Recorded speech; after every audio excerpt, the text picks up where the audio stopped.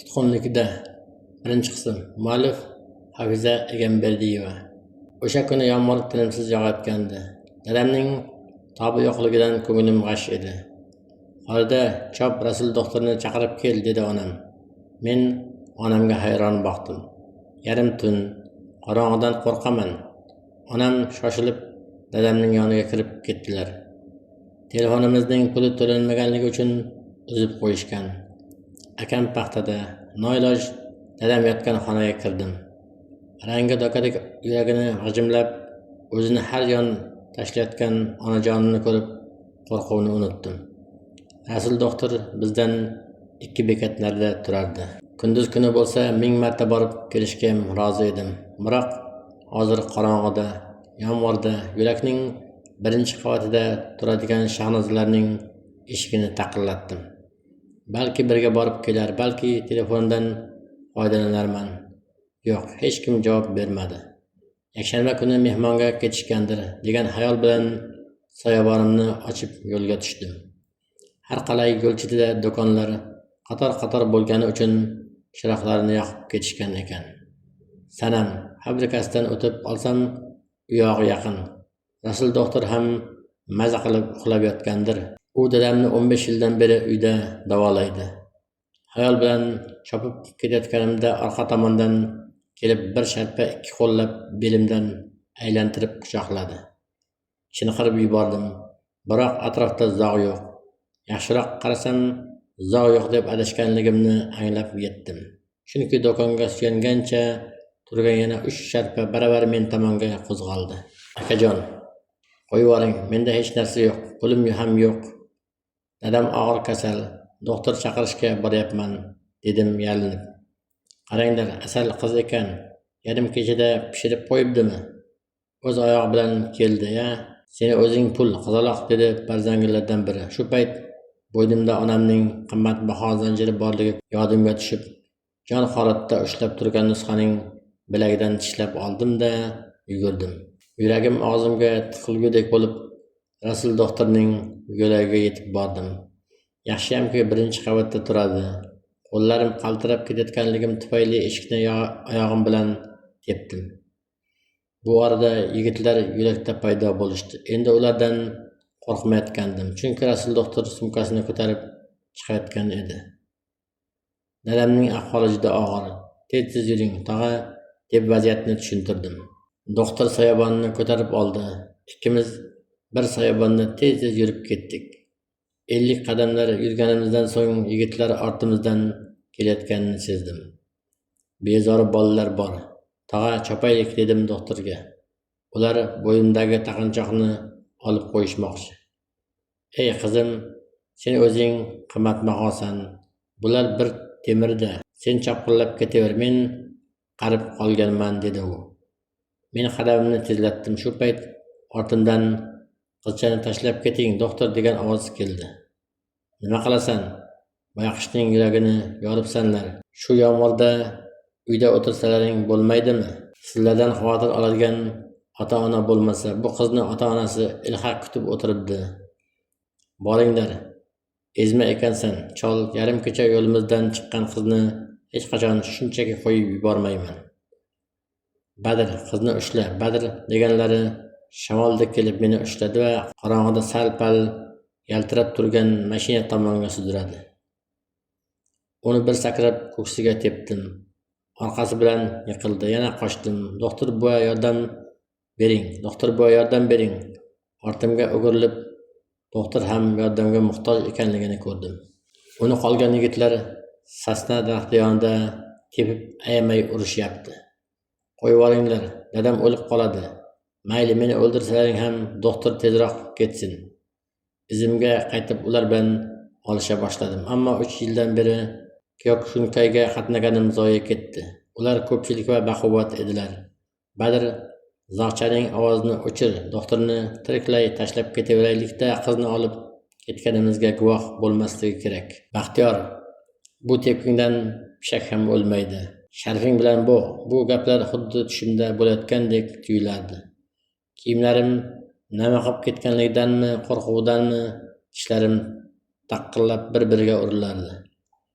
Nahotki bir pasda inson hayoti ostin-ustun bo'lib ketsa, doktorning ovozi chiqmay qoldi. Joni uzildi, dedi yigitlardan biri. Qorong'ida yo'l gardagi ariqqa Rasul doktorning jonsiz tanasini uloqtirishdi. Men bu ko'rgulikdan bor ovozim bilan yig'lashni istardim, biroq og'zimni mahkam yopgan baquvvat qo'llar xalaqit berardi. Shu payt miyamga urilgan zarbadan esimni yo'qotdim. Qancha behush yotganimni bilmayman. Ko'zimni ochsam, Nexia mashinasining orqa o'rnog'ida ikki yigitning tizzasiga yotgancha qayoqqadir olib ketilyapman. Qayoqqa? Meni qo'yib yuboringlar. Dadam ular gapimni eshitmayotganini angladimu uyga botdim. Rasul doktor bilan meni kutib onam tong ottirayotgandir. Qorong'ida yolg'iz yuborganiga ming bor pushaymon bo'lgandir. Dadamchi, ertaga maktabga borishim kerak. Nimadir bo'lyapti. Mashina chiroqlari yorug'da chim degan yozuv ko'rindi. Hali qarshidan nariga bormaganim uchun qayerligini anglamadim.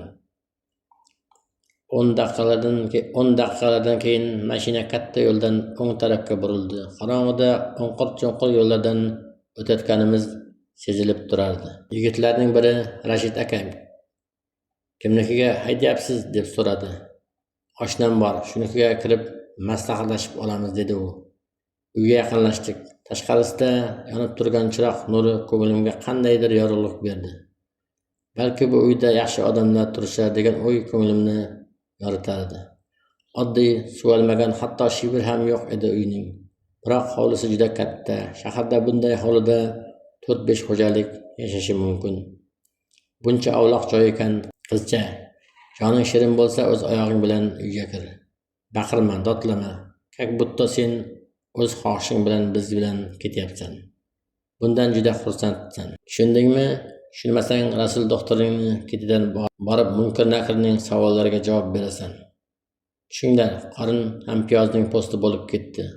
Yuxonadagi qo'yni olib so'yinglar, dedi Rashid. Men bu guruhning boshlig'i Rashid ekanligini bilib olgandim. Shundan ketgan paytim yo'lda to'xtab bitta qo'yni o'marishgan ekanda. Qo'yni yerga qo'yishdi. Mashinada noqulay kelganmi yoki urushgan, bir oyog'ini yerga qo'ya olmasdi. Unga rahmim keldi. Ikkimiz bir hozir qo'yjon, seni ham hozir so'yib pishirib yeyishlari mumkin. Meni ham, ey Xudo, menga madad ber. Bu farzandlar zulmidan qutqar. Dadajonimga umr ber. Rasul doktorning xotiniga 7 balosiga ham chidam ber.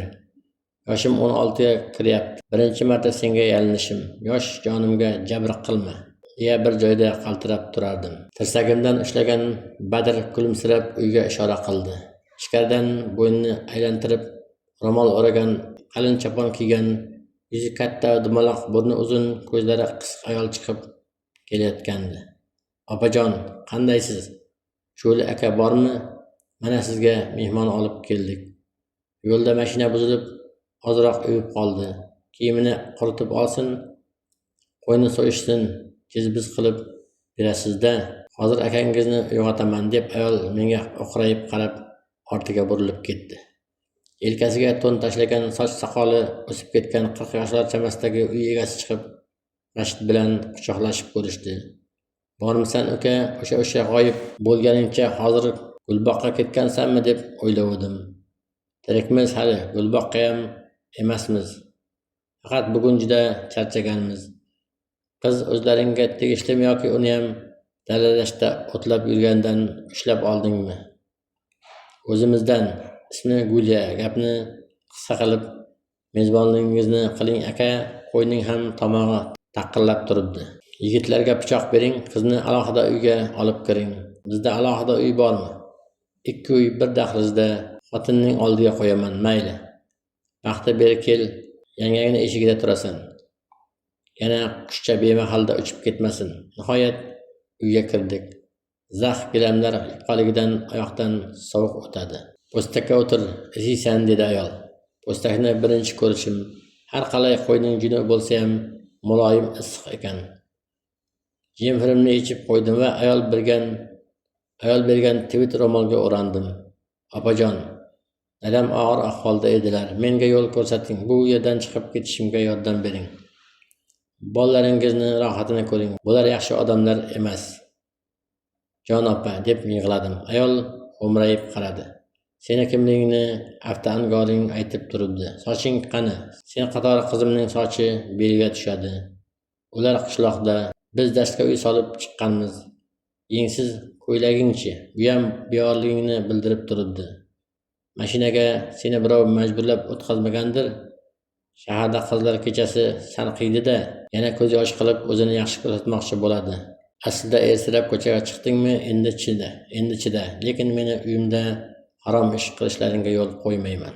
Onasi og'zidan ketmagan go'daksan-ku. Ayol chiqib ketdi. Unga gapirganidan foyda yo'qligini bilgach, yig'lamay qo'ydim.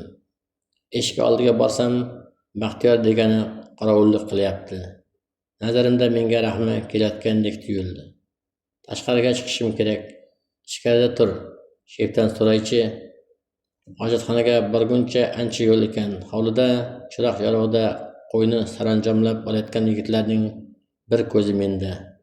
Yaydoq dala, qayoqqa qarab qochsam, biror daraxt panasida tong otirsam ham mayliydi. Men endi taqinchoqdan ham qimmat or nomusimni o'ylayotgandim. Qaytishda yo Xudo dedim-u, Baxtiyorning ko'zini shamat qilib to'g'ri kelgan tomonga qochdim. Ayvondagilar ham meni poylab turganday ishlarini tashlab quvishga tushishdi. Oyoqlarim shallabbo bo'ldi. Bedami, moshmi bilmadim, nimadir ekilgan ekan. Shaharda o'sganim uchun buning farqiga bormadim. Makka jo'xorizor ichiga kirib to'xtadim. Biroq aksirganimdan ular meni qayerdaligimni darrov bilib olishdi. Yana chapa ketdim. Katta beton ariq bor ekan, gursillab quladim. Suv juda kam bo'lgani uchun meni oqizmadi. Barzangilar yetib kelib ko'tarib olib ketishdi. Hamma joyim og'rirdi. Chakkam sementga urilib yorilgan. Ayol mening qonigan joylarimga paxta bosdi. Issiq choy ichirdi. Men ham ayolman. Hozir senga yordam bersam, sho'rim quriydi. O'zi sal ola qarasam, erim tepgan. Ayolning sho'ri borda, peshonang sho'r ekan. Senga Xudo yordam bermasa bandaning qo'lidan hech ish kelmaydi. Qo'limdan keladigani bu kecha seni hech kimga bermayman. Ertaga Xudo poshshodir. Ayolning bu gapidan keyin ko'nglim biroz tinchidi. Beo'xshov kiyimlarini kiyib qo'y go'shtidan tanovul qildim. Og'riq va charchoq yengib uxlab qoldim. Tushimda otam bilan Rasul doktor meni izlab kelayotganmish. Ikkisi ham oppoq xalat kiygan, xuddi havoda uchib yurgandek. Onam ko'pchilik ayollar bilan gashtak qilibdi. Uyimiz xotin xarajiga to'la. Onam tik turib ashula aytyapti. Uyg'oting yanga, yo'limiz uzoq. Tez chiqsin degan buyruqdan seskanib uyg'onib ketdim. Bir zum qayerda yotganimni unutib kalovlanib qoldim. Ayolni ko'ribgina men 4 ta barzangi asirasi ekanligim yodimga keldi. Demak, oqarib kelayotgan tong menga yaxshilikni va'da qilayotgani yo'q.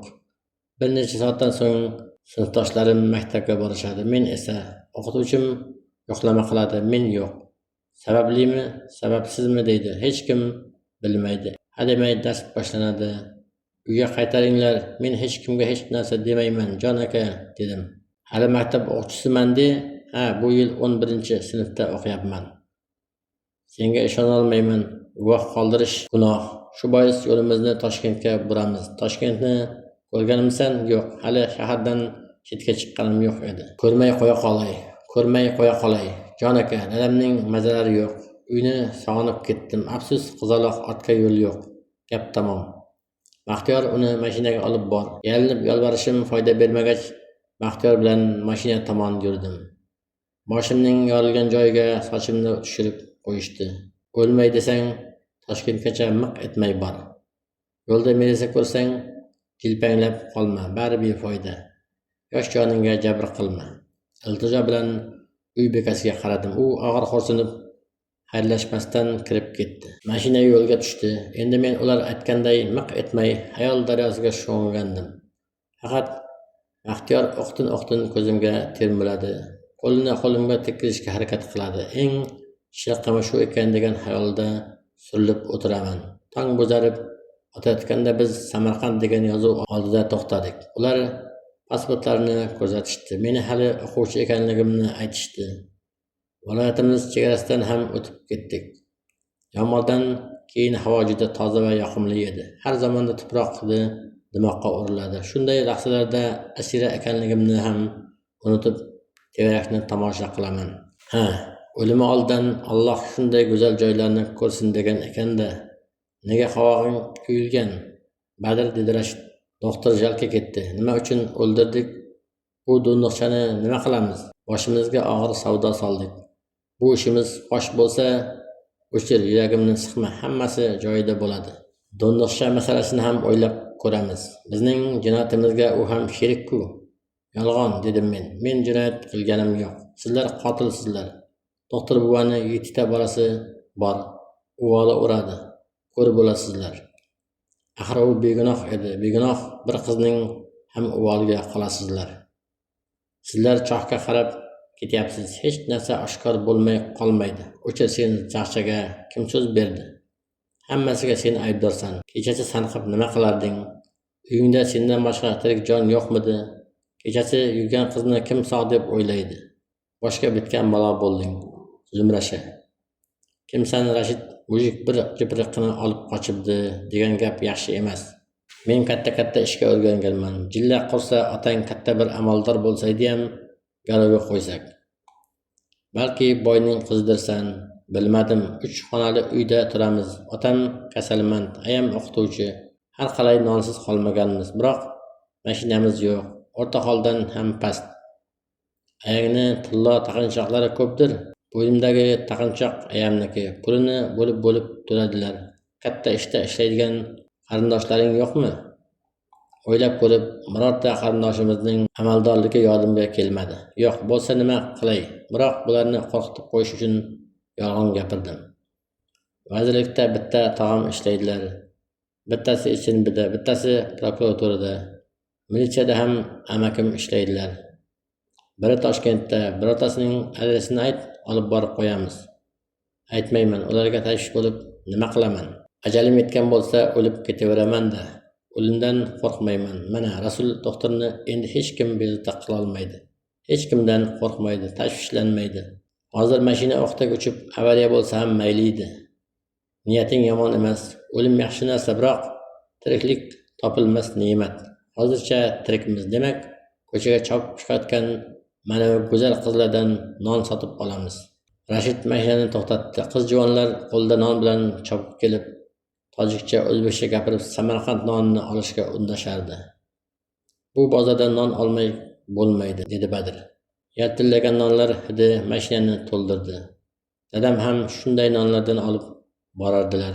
Dadajonim, og'rig'ingiz qoldimikan yo uyga qaytmagan qizingizdan xavotirlanib battar bo'ldimi? Qaniydi mana bu barzangilarga kuchim yetsa, urib qochib huzuringizga borsam.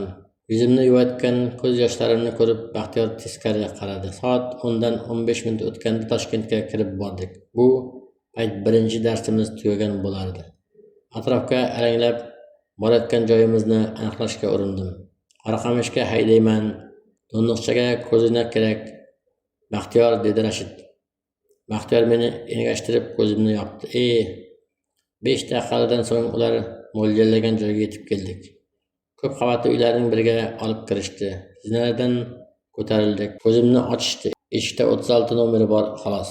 Ichkaridan soch soqoli o'sgan 40 yoshlardagi kishi chiqdi. Oho, mujiklar, qani marhabo. Bu qiz asosiy mehmonimiz. Unga alohida xona, alohida e'tibor kerak, dedi Rashid ichkariga kirgach buyruq ohangida. Nazarimda u Rashidni juda hurmat qiladi yoki undan qo'rqadi. Nima desangiz shu. Uy 3-qavatda joylashgan.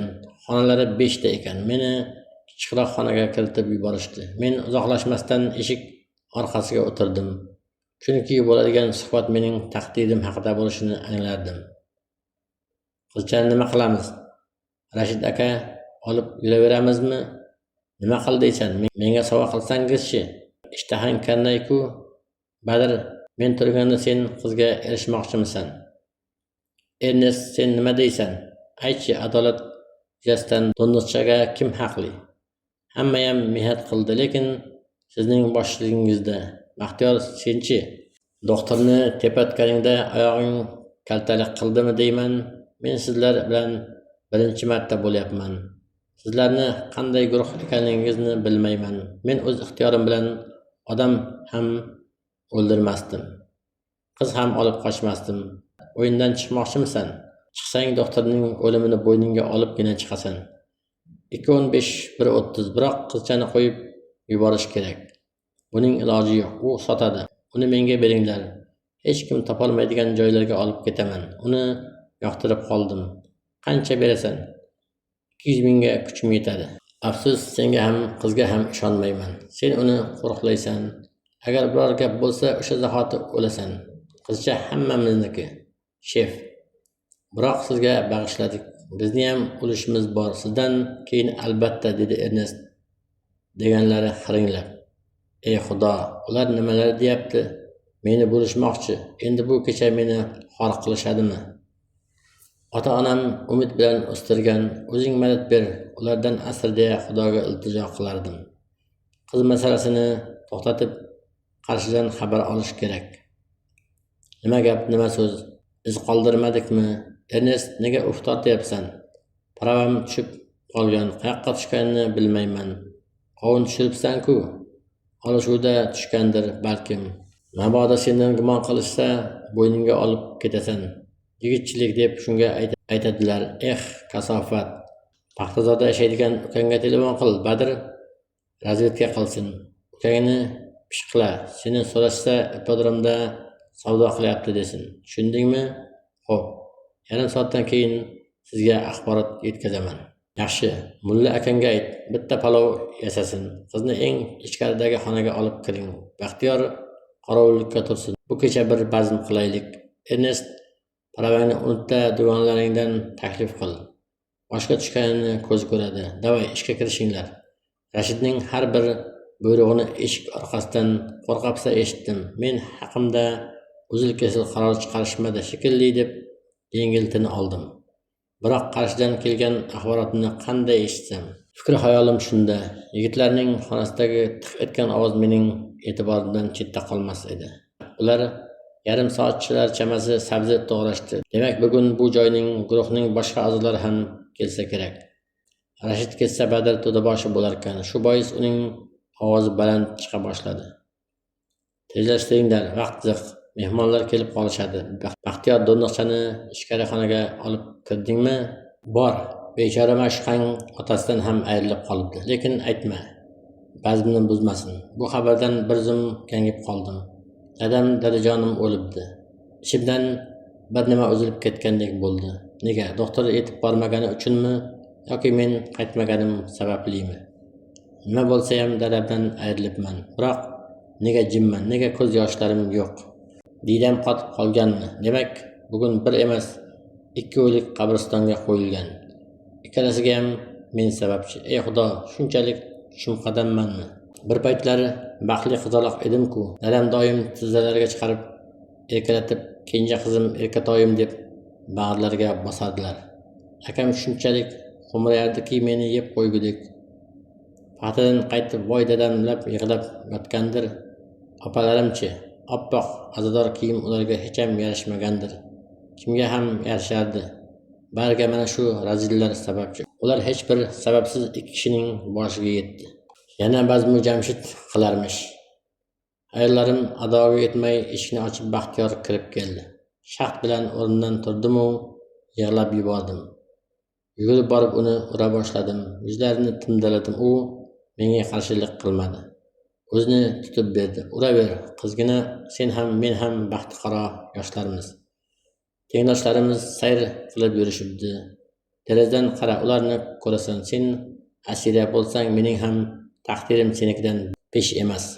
Sen ham faqat qochish haqida o'ylaysan, men ham. Sen otangdan kecha ayrilgan bo'lsang, men uni bir bor ko'rmaganman. Yur, boshqa xonaga o'tishing kerak. Men o'qirib yig'ladim. Zumda mo'ylabimni silab Badr kirib keldi. Uning qo'rqinchli basharasidan bu safar seskanmadim. Endi men uchun hamma narsa tugagandek befarq bo'lib qolgandim. Baxtiyorni qo'yib unga yuzlandim. Dadamni qaro yerda yotgani ko'z oldimga kelib, Badrning oldida qanchalik ojiz va nimjon bo'lishimga qaramay uning bo'yniga yopishdim. G'oyibdan paydo bo'lgan kuch yordamida jon jahdim bilan bo'g'a boshladim. Baxtiyor bizni ajratishga shoshilmasdi. kutilmagan hujumdan shoshib qolgan Badrning baquvvat qo'llari ikki yelkamdan itara boshladi.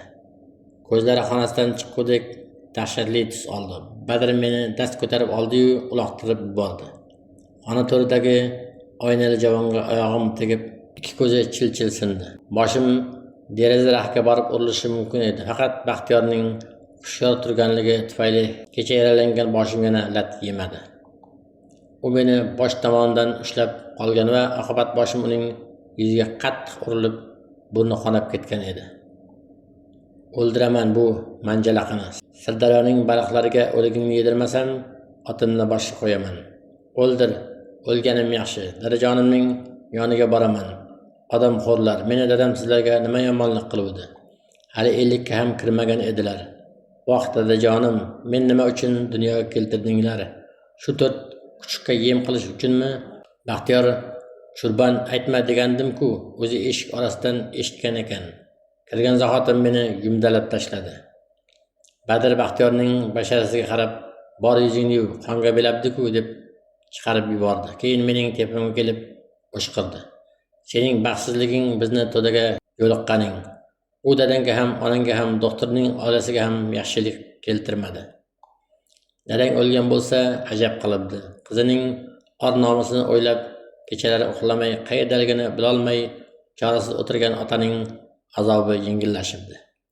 Biroq bizdan rahm shafqat yo'q. Rashid yo'qligi uchun joning omon qoldi. Yana u dunyoga hur qiz bo'lib ketishingni istamadim. Axir bugun sening sharafingga bazm uyushtirilyapti. Bazm tugagach sen ko'pkariga qo'yilgan uloqdek goh u qo'lga, goh bu qo'lga tushasan. Shunda meni bo'g'moqchi bo'lgan nozik qo'llaringdan alamimni olaman. Aytgancha, tepking ham hali yodimda. U gapini tugatib meni bir tepdi-da chiqib ketdi. Yuztuban yotgancha rosa yig'ladim. Nihoyat Baxtiyor meni boshqa xonaga boshladi. Xonadan chiqqan zahotim sabzi to'rab qoldirilgan pichoqqa ko'zim tushdi. Voy oyog'im dedim-u, Baxtiyorni chalg'itib, egilib shundaqgina ko'rpacha ustida turgan pichoqni sezdirmay yengimga tiqdim. Eng to'rdagi xonaga yetib keldik. Ularning dedi chakki emas, xona tor va qorong'u. Xonaga kirdim-u, darhol Baxtiyorni pichoqlab o'ldirsammi deb o'yladim.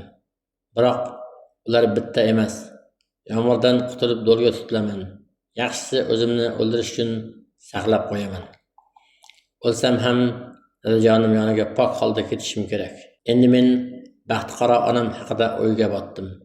Nima qilayotgan bo'lsalar, dadamni olib chiqib ketishgandir. Ikki opamga suyanib ho'ng-ho'ng yig'layotgandir. Men ham dard ustiga chipqon bo'ldim. Endi mening tirikligim ham ularni quvontirmas. Olib qochilgan qiz kimga kerak? Nomim yomonga chiqdi qoldi. O'limgina mening ahvolimni yengillashtiradi. Xayr ayajon, xayr maktabim, sinfdoshlarim, alvido. Pichoqni olib Baxtiyorning teskari qarab xayolga botganidan foydalanib ko'ksimga sanchmoqchi bo'ldim. Lekin Baxtiyor ko'rib qoldi. Shatta qo'limdan tortib oldi-da yonimga o'tirdi. Shoshilma qizgina, seni qutqarishning yo'li topilar. Men sen bilan seni yaxshi ko'rib qoldim. Qani edi erkin bo'lsak. Shu bugun sovchi jo'natardim. Maktabni tugatganingdan so'ng uylanardim. Pichoqni o'zingga urma.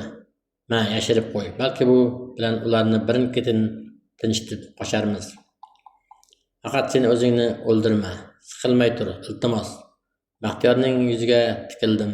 Hatto men timdalagan yuzdagi qontalash izlari ham unga yarashib turganday. Qop-qora ko'zlarida katta o'ylov va qo'rquv bordek. Har tugul hayoli joyida emas. Sevib qoptilar. Men o'g'riga tegishga rozi bo'larmidim? Unga bo'ysunib pichoqni yashirib qo'ydim. Jon shirin ekanda, Baxtiyor ko'zimga eng yaqin odamdek ko'rina boshladi. Bu ham to'daga adashib kirib qolgan, balki ikkovlashib qocharmiz. Asosiy qorovulim shu yigit-ku. To'daning ichidagi eng chiroyli yosh yigit ham shu. Menga qo'pollik qilmayapti. Badrning tepib chiqib ketganini eslab xo'rligim keldi. Agar menga achinsangiz, militsiyaga telefon qiling dedim yalinib. Men ham tashqariga chiqa olmayman. Ular menga ishonishmaydi. Ernest kuzatyapti. Shoshilmaslik kerak. Kech bo'lsin, bu yerga qizlar keladi. Ichib mast bo'lib uxlab qolsa, mast bo'lib quturishsachi, unda men nima bo'laman? Boya Badr tunda sen yigitlar qo'lida uloq bo'lasan dedi. Men o'lmasimdan bu savdo boshingga tushmaydi. O'lsam seni himoya qila olmayman. Balki Xudo biz taraf bo'lar. Aytchi, qochib ketsak menga tegasanmi? O'g'riga tegmayman. Baribir qamalib ketasiz. Jinoyatim uncha og'ir emas. Doktorni men qo'shilib tepmadim. Rashiddan qo'rqib tepasida turdim xolos. Jazo muddatimni o'tagunimcha kutib turolmaysanmi? Hali yoshsan-ku, uning bu iltimosdan ensam qotdi. O'zim nima ahvolda-yu kelajak haqida o'ylasam. Meni kelajagim yo'q endi. Shuning uchun bo'lmag'ur gaplarni qo'ying. Endi menga yorug' dunyo kerakmas. Isming nima? Asli Xolida. Yonog'ingdagi holing uchun shunday nom qo'yishgandir. Ko'zlaring chiroyli, katta ma'sum. Hali she'r ham to'qilsiz. Arziysan. Hech bo'lmasa katta shoirlarning she'rlaridan aytib beraman. She'r aytish o'rniga menga oq ro'mol topib kelsangiz. Dadasi uchun bitta ro'mol o'ramagan qiz ham farzand hisoblanadimi? Meni kechir, bu gaplaring mavridi emas deya Baxtiyor o'rnidan turib ketdi. Men yostiqni olib yonboshladim. Qo'l-oyoqlarim qaqshab og'rirdi. Shu ko'yi uxlab qolibman. Tushimda yana dadam mening xonamga bir savat non ko'tarib kelyapti. Boshimda o'tirib sochlarimni silyapti. Biram yoqimli dadajon, meni olib keting. Bu dunyomi, u dunyomi sizning yoningizda bo'lsam bas deb yig'lab etagidan tutyapman. Biroq dadam meni olib ketmadilar. Ortidan dadajon deb baqirib uyg'onib ketdim. Qarasam tepamda Baxtiyor o'tiribdi. Sochlarimni silagan ham shu bo'lsa kerak. U menga choy tutdi. Ko'p alahsiraganimni aytdi. Yonida eski oq surib qo'limga olib ikki buklab boshimga o'radim. Ularning bazmi boshlanmadimi? Dedim horg'in ovozda. Bazm tugab tong otyapti, dedi u mamnun. Demak, ikkinchi tong ham otyapti. Rashid bu kecha ham meni tinch qo'yibdi-da. Ha, Rashidning dugonasi keldi. 2-3 ta qizlar. Avval rosa tanza tushishdi. Keyin xonalarga kirib gum bo'lishdi. Nega uyg'otmadingiz? Qochardik, balki hali ham kech emasdir. Tushimda dadam non berdilar. Bu rizq, demak men o'lmayman. Iloyo o'lmagin. Xolida Ernest eshik oldida o'tiribdi. Bir qultum ham ichmagan pichog'imiz bor-ku. Bitta Ernestga kuchingiz yetmaydimi? Mulla akayam uyg'oq. Karta o'ynab o'tirishibdi. Hozir iloji yo'q. Kechga osh olib keluvdim. Uyg'otmadim. Oshi boshidan qolsin, unda horib qolasan. Sen uzoq vaqt asiralikda qoladiganga o'xshaysan. Yaxshisi ovqat yegin, keyin sportdan xabaring bor ekan men bilan shug'ullan. Qachondir o'zingni himoya qilishingga to'g'ri keladi. Ular menga indashmaydimi? Qish chiqquncha seni rosa boqishadi.